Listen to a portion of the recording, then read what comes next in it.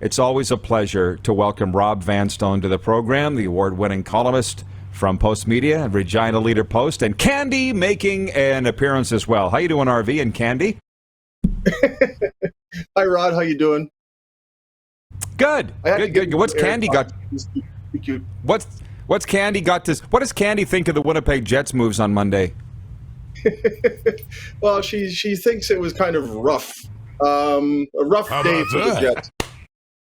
They're trying to suck and blow at the same time. I wish they'd picked one direction and just decided to go there. I'm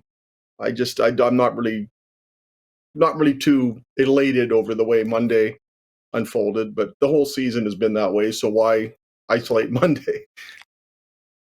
Yeah, for sure. And by the way, that's the wonderful thing I said last hour with RV. You can talk about a variety of subjects. We're going to get around to CFL, NFL, all of it, man. But just with the Jets, I'm just trying to figure out what they're doing. And I see the analysts are saying if they don't do something this spring, there might be changes. I guess they're talking about Kevin Cheveldayoff. I assume they believe there will be a new coach there next year. Like what? They made 5 trades on Monday, Rob. How do you think this plays out? Yeah, I really like the Brian Little trade. To be able to get rid of that contract will buy them some breathing room in years to come. Now, the trade involving somebody who isn't even on the roster is probably the most productive move they made. I am really cheering for the New York Rangers to get to a conference final now, because then the Jets get a first rounder out of that deal. So here's to some wonderful goaltending by Shesterkin. Some Rod Pedersen style goaltending by Shesterkin would be very nice. Very sad to see Andrew Kopp go. I look at it and I see him going, and then I see that, hindsight's 2020, but not long ago they gave a 5-year contract to Blake Wheeler when he was already over 30.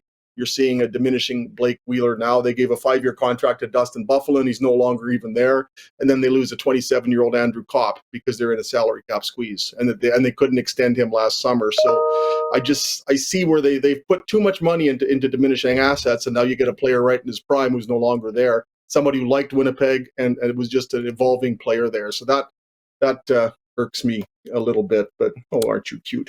But you too, Rod. Thank you.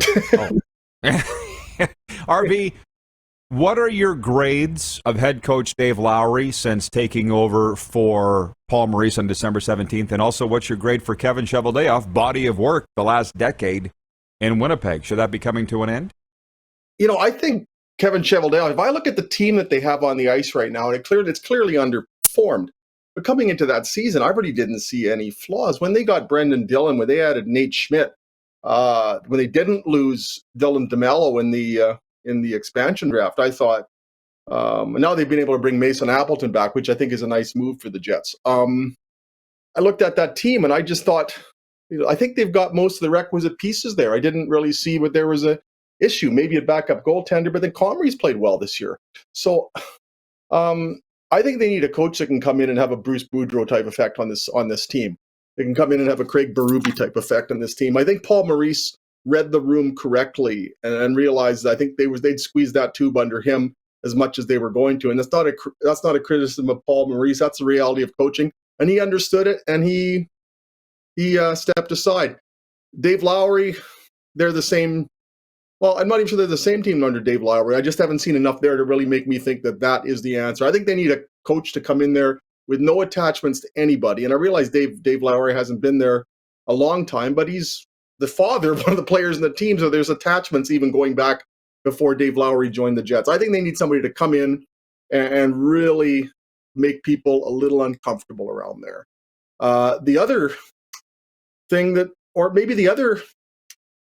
need is somebody to come in and just brighten the culture. It's a pretty dour hockey team. I've never seen a team that is as absolutely joyless as this Winnipeg Jets team. And I think you look at